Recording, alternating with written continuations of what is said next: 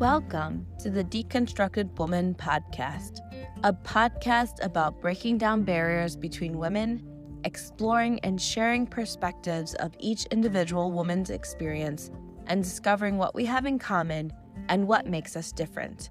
Hosted by Elisa Marie and Joji. Welcome back, listeners. Today, we're going to be talking on The Deconstructed Woman on why women are labeled as being bossy and men are seen as being assertive. So, why are women always seen in a negative light, whereas men can have the same type of behavior and be seen in a more positive way? This can happen in parenting. This can happen in the work situation. This can be seen in a social situation, in many situations where men and women might do almost the same behavior, but their behavior is perceived as being so different. This is something that has come up several times when Alyssa and I have been talking about it.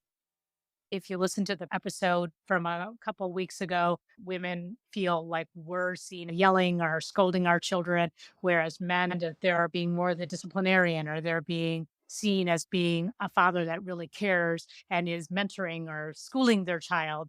But women were always seen as being sort of this crazy mom embarrassing herself.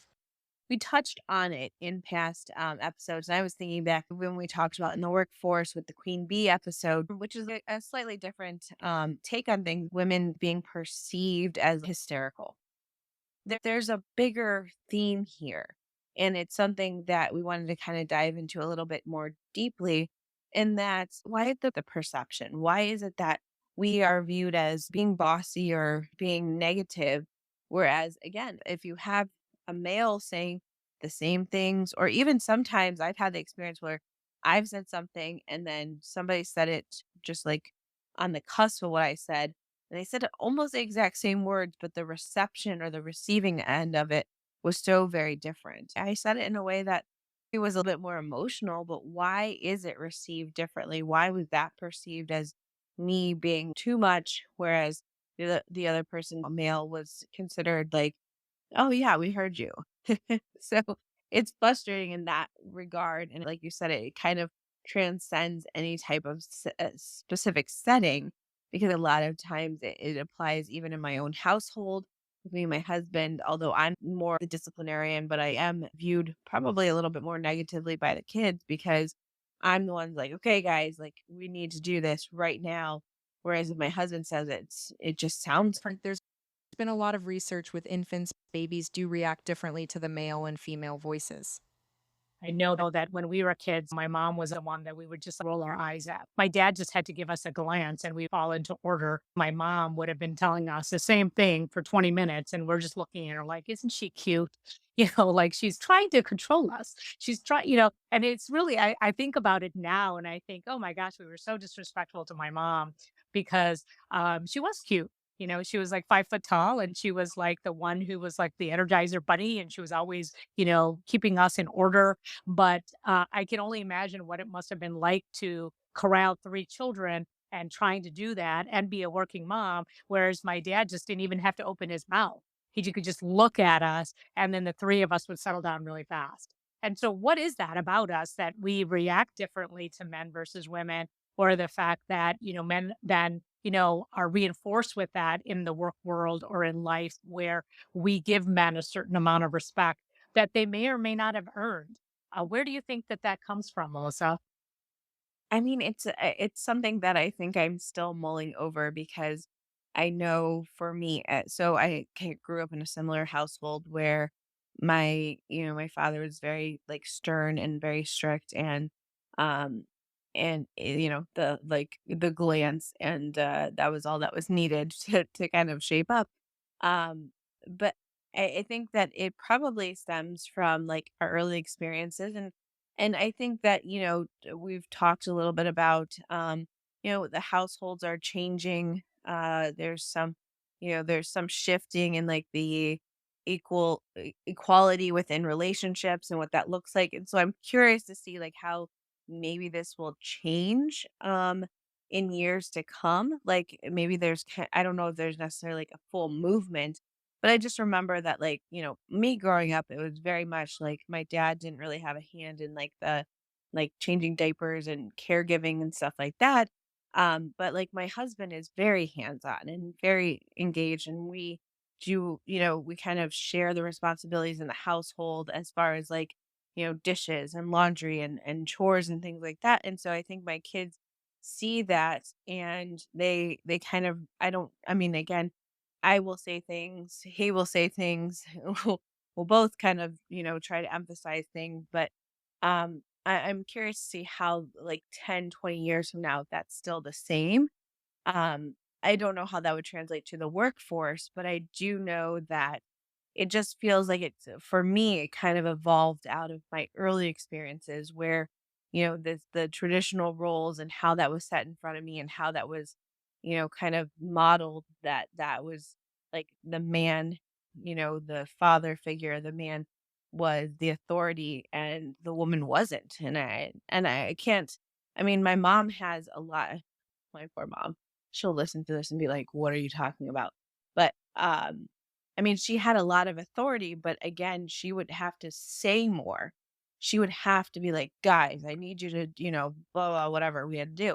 And my dad didn't have to say much. He could just walk into the room and we immediately like, stood a little straighter. So I think that they both had authority. They both had, power in them and, you know, their ability to rein us in when they needed to, but I think that it was perceived by me that the man is the authority figure and the woman is less than. So I guess I have a question. I'd like your thoughts on this. So as we have like a 50-50 or a partnership on parenting, are you thinking that the male role who is doing more of the parenting now, changing the diapers, being involved more with the feeding and, daily home responsibilities, do you feel like that authoritarian side that your dad and my dad had is going to be lesser involved and that they may then pick up some of the um, attributes that the mothers have traditionally had, like your mom and my mom?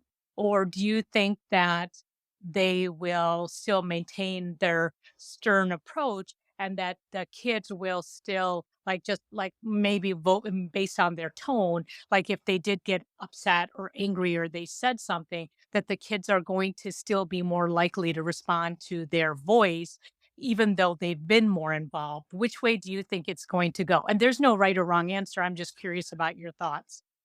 Right. I think I'd need a bigger sample size because I can only like, from my perspective, it like my husband's like, "Oh, the kids don't listen to me." I mean, sometimes they do because he's the only one here. But like, if we're both in the house, like I'm like, guy, like I almost have like our roles have been reversed in some ways because I mean, sometimes I can give them a look and they'll listen, but for the most part, like they know that like when mom walks in the door, she means business. It's not, we're not playing around. Like whatever we're doing 5 minutes before that, like we now need to chip up, shape up, just shape up. Yeah. So Yeah. I mean, that's what I kind of perceive. I mean, I don't know. We'll have to bring my husband on to see what his perception is, if it's slightly different. But I'm curious to see how that pans out in other households because I think that they're. I mean, I know that of my friends, I hear much more about like the equal duties in the home. But I think that maybe we're uh, different. Um, I'm not sure. I'm not sure how that looks in other households, but I know for us, like the kids don't always see like they kind of their perception of authority is very different. It's not the traditional roles that we grew up with. Yeah. And I think, as I was thinking about my question to you, and stepping back as you were speaking, I do think that a lot of the individual personality has a lot to do with it too. Cause I'm thinking about, you know, um, my child's father, he was definitely somebody who was more of an introvert and sort of quiet. And so I don't think that, um, he was perceived the same way. And I was a disciplinarian more so when, my child was younger. But at the same time, I just don't think that, he wasn't in any stretch of the imagination going to be a stern parent, whether he's male or not. And I think so that has to do with more of the personality of it. Whereas, my husband, when he was raising, our child with me, then I think that was a little bit different because he tends to be um, more of the person who would repeat himself about parenting things. And I think sometimes that was effective and sometimes that got lost.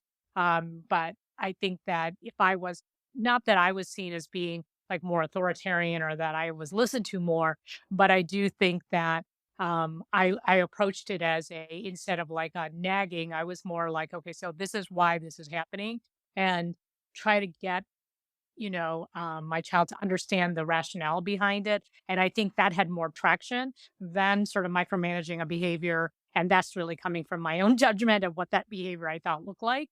Because I do think that kids, you become a broken record when you say things over and over again when they're old enough to understand. The way you talk to a toddler or like a 7-year-old is different than you would talk to a teenager. And I'm really thinking about more the teenage years. But and so you can't translate that into young children. But I just think that, at some point kids do stop here listening to you. And so you have to sort of find the way that gets through that. And so I do go back to, not putting anybody on the spot, but I do think it's a mix, it's a combination. My dad, to be fair to him, we could really bully my dad into giving us what we wanted. And I say bullying in a very loving way because my dad was sort of military man and you couldn't really bully him if he didn't want to be bullied. But I think that was a difference between my mom and my dad. Like my dad, we could sort of, gently and lovingly get him to do what we wanted. And he knew exactly what he was doing and he would pick his battles with us. Whereas my mom was always in that disciplinarian role. And she was always the one who was like trying to toe the line. And we knew there was no way to manipulate her. So we'd usually manipulate my dad because it was so much easier and so much more fun. And so I do think that it had a lot to do with his personality. He was definitely more playful with us than my mom. I mean, she was the businesswoman in the house. She took care of the house and she worked full time. And so she had a schedule to uphold, and anything that distracted from that schedule was not going to happen. And so, whereas my dad was, very much a party to teaming up against my mom and making her life more difficult, which now, like I say, I really regret, Mom. I'm sorry we did that to you, but we did do it. And we were kids and didn't know any better. But that was something that based on his personality that he was willing to play a joke on my mom or, inadvertently make it difficult for her. So I do think it's not as simple as, oh, if we separate these roles out, is somebody now are the male and female, traditional roles going to be switched? I think now that I rethink that question, that wasn't a fair question. I'm sorry about that. And I think you said a very smart answer, which is that we need a bigger sample size because I don't think it's just that simple. I don't think it's as simple as, oh, yeah, let's change the role and see how it happens because there's so much built into the stereotype of being a man who is in more of a caring role versus a woman who is in more of a leadership role. And what does that mean? Because, like the article that we read for this particular conversation, which is from Cornell University, and it's one of their blog posts. I believe it's on eCornell at hashtag impact. And it was an interview that was held between a female, like a leadership instructor at Cornell, and somebody interviewing her about like men and women and how they're perceived differently in the leadership roles.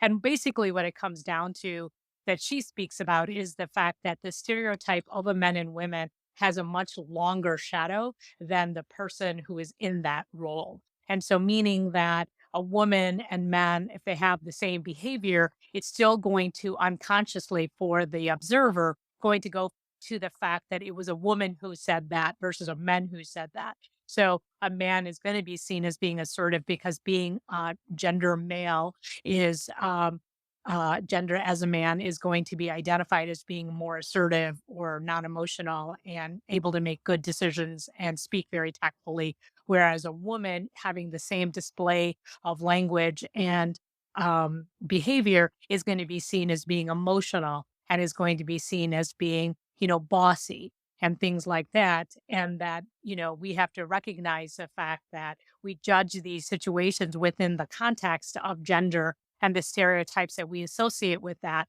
which has been something that we have created over our lifetime, right? And is there a way to actively suspend that stereotype that we have so that we can behave outside of our bias? And that takes a lot of work and it's not easy to do. But I have heard people saying, like, "Oh, I recognize that about ourselves." And one of the things that I know that I've had a conversation with a colleague of mine who happens to be a physician is that, being a provider in the business in the field of healthcare, they have to suspend their judgment because they have started realizing as they think about it, that there's so much bias that they bring into the treating environment that given some of the changes that are happening in medicine, they have to be aware of that. It's like they have to be able to say, okay, in this patient care situation, I'm going to take my biases almost like it's a real living thing and take it outside of them and say, I'm going to put you here on the shelf so that I can treat this patient because they need to have an unbiased ear when they're describing. And it made me realize that it is work. Like if we are on autopilot, then those stereotypes that we've been raised with or that we've been enculturated with are going to be part of our outlook and the outcome of that conversation. And unfortunately, that's just going to go to reinforce the stereotypes that we're trying to get away from because it is so inherent in the way that we think. So that's sort of a different spin on things. Alyssa, how does that land with you? Well, yeah, and I think that the part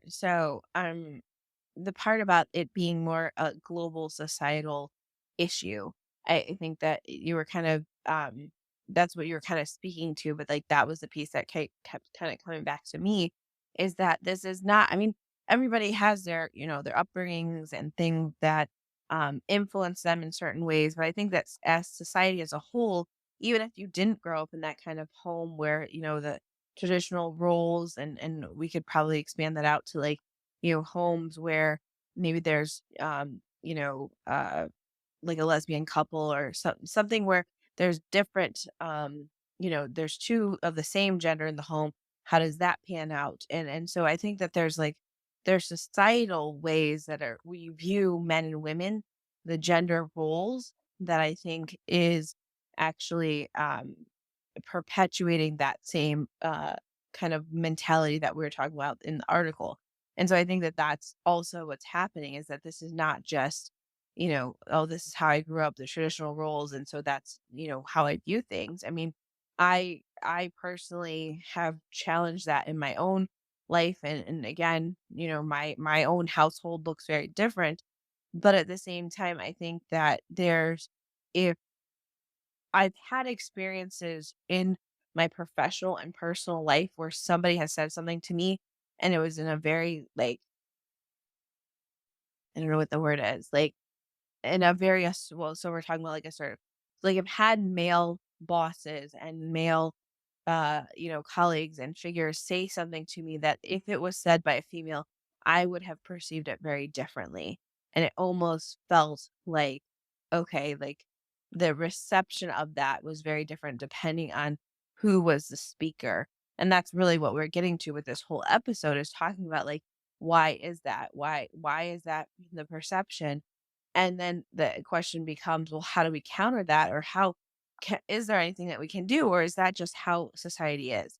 And I think that that's kind of my next thought or question is like, okay, so we know that there's a difference. We know that there is kind of this skewed perception of men and women and how we address things. And so then how do we challenge that?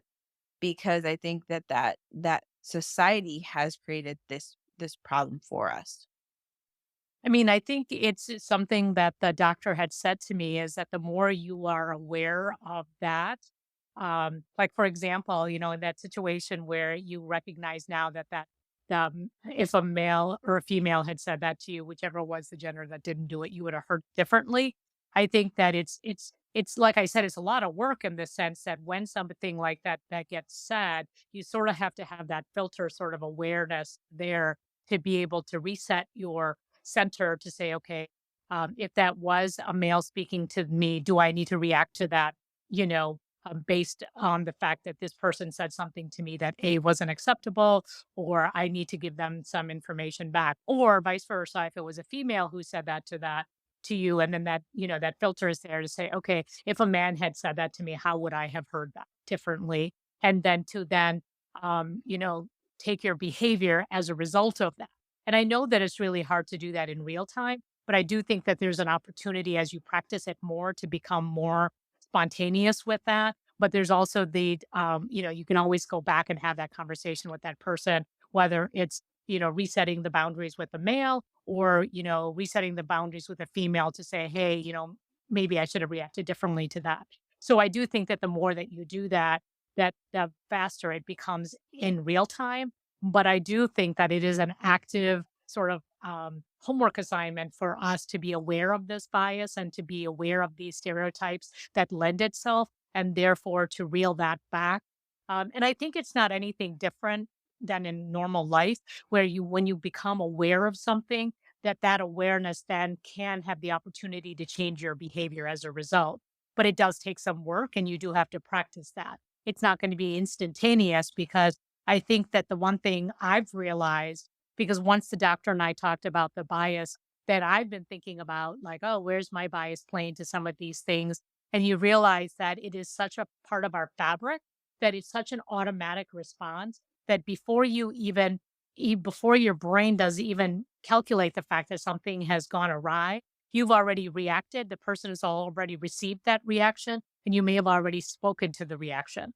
And so it happens so quickly that it's sometimes, you really have to study it, tease it apart afterwards, and I think bring more awareness to it. And that's how things change, right? And as long as we go along with the status quo, we're not challenging it. And I also think that even though you might be in a different lifestyle situation, you still have to look at it, because maybe there's still, things that need to be, discussed or altered, so that both parties in that new relationship, that new structure, also, talk about what are the roles that they want, or, what do you need from that partner? Because I still think that it changes the role, but it doesn't necessarily change how each partner needs to take responsibility for their burden of parenting, or, being a disciplinarian. I think that's the hardest part, I think, as I reflect back on my mom and dad, was that we always expected my mom to be the disciplinarian, and my dad got off scot free. Like, my dad only became the disciplinarian where he was like really annoyed with us. And so I think that that made it unfair to my mom, because she never got the opportunity, or we never cut her a break. Like, she was always on the receiving end of any kind of hardship we were going to give her, being difficult or whatever. And I think that if I could go back to my younger self, I think that I would have given my mom the opportunity to really be seen as the good guy. You know what I mean? Because she ultimately, that is the harder job, to be the disciplinarian, not to be always like, not to, that's a hard role for any person to be in. And yet we didn't understand until we were much older that she had our best, intentions for us. And now as adults, we all know that, and hopefully we think that, our kids will figure that out at some point. But I don't think that in the moment it was fair for my mom to carry the burden alone, that my dad got to be the good time guy, and that my mom got to be the disciplinarian. And she was the one who was going to be doling out punishment. And, we were going to be mad at my mom, whereas we were not very mad at my dad ever, even when he gave us the side look. Like, if he gave us a side eye, we weren't mad at him. We just thought that was his job. Whereas my mom's job, being a disciplinarian, we never thought, oh, she's just trying to help us out, be better people in the world. We just thought, oh, she's being a pain. Like, why is she being that way? And, that's not fair for anybody. So I do think it is something that as partners we need to talk about and say, hey, help me carry this burden. Or, can I be the fun time mom for one? Can I be the fun time parent and not have to be the disciplinarian? Because, we do what's familiar, we do what's easy. But I think that that partnership should be more 50-50 than, I think sometimes in these ingrained roles, regardless of what kind of traditional or non traditional family structure you have. I still think that because of personality and all these other different variables that come into play, that maybe there's still a good reason to have those conversations because I mean, I'm sort of thinking of you, Alyssa, if you're the disciplinarian and my mom was a disciplinarian, we didn't really give her a break. We just really ran her ragged and she worked full time like you do. And so, she came home and she didn't get a break. I mean, we like tested her all the time. And so I do think that it's really hard for moms who are put in that role and you're not a stay-at-home mom. You are working outside the home, just like Jason is working, and I'm not taking anything away from him. But I do think it is easier, and this is just my personal opinion, that men just have an easier time saying, oh, like now you're home and now my role is done. And now I'm going to go do XYZ to recharge myself. Whereas we women, whether we work outside the home or not, where is that time for us to recharge? Right. Like we just like my mom did and like I did, I would come home from work and then I would put dinner on the table and then I would have to do this and I would have to do that or homework or whatever. And it's like that time just goes on and on and on. Whereas I think men are much better. And we've talked about this in previous episodes that men are really good for asking what they need and going out and getting it. And they just sort of Ar Compartmentalize. I can't even say the word, yes, Yeah. differently than we do as women. And so therefore, I feel like, each role should each person in the relationship should have equal right to say, "Hey, I need this, I need that," and to have the other person respect them, and to find the way to make it happen because we as women just shoot ourselves in the foot, like, we just don't know how to, not feel selfish and actually do what we need to do for ourselves. So, I don't know if I got off the beaten path with that, Alyssa, bring me back to central because I may have drifted off. I was gonna say, like, I'm like, you're speaking my language because that's my life right now. Um, but I mean, I think to take it back to, I think we've kind of talked about like, the traditional roles, what that looks like, and again, we've talked about kind of how it looks in the professional world a little bit, with, women just being perceived as bossy or, another B word, as compared to men who are considered assertive. But I think we've kind of covered all of that. I think that they're just like there's just these differences in roles, and I don't know if we're, kind of repeating thoughts or if we're trying to kind of piece that apart a little bit more.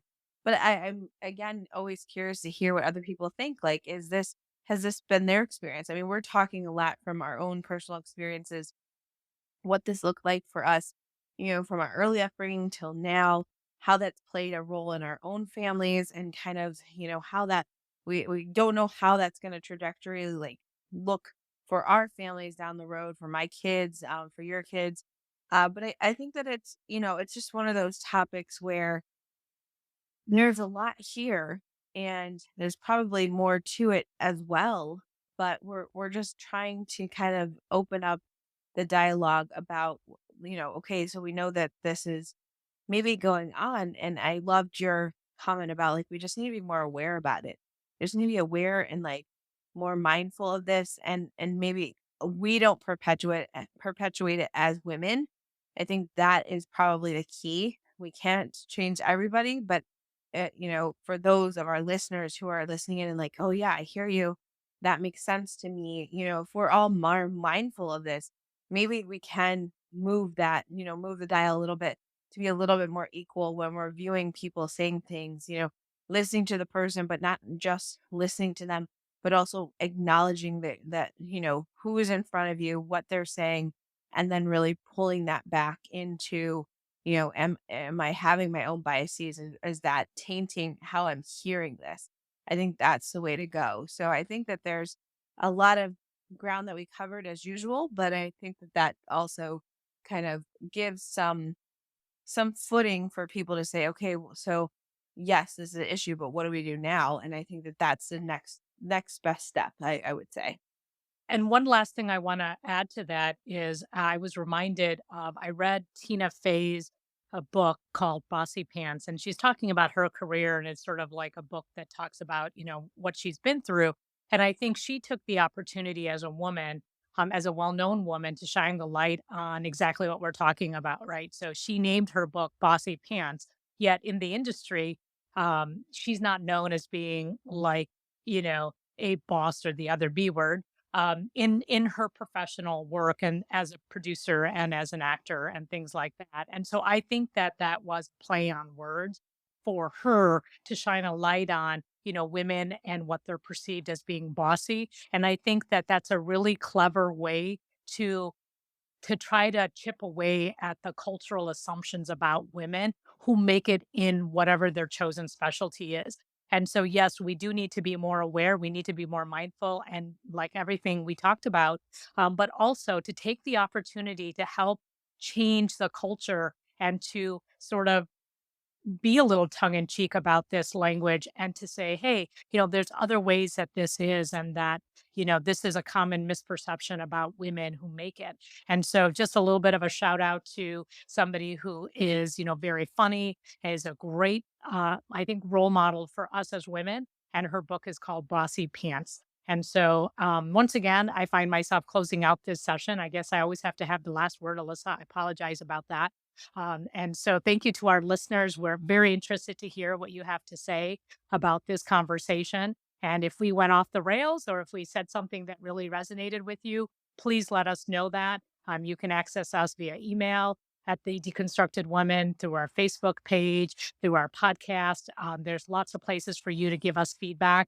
And we love hearing from you guys. And so please uh, do us a favor and let us know what you think about this episode or any other episode you've listened to. So for now, it's signing off for Alyssa, Marie, and Joji. Talk to you guys next time. Bye.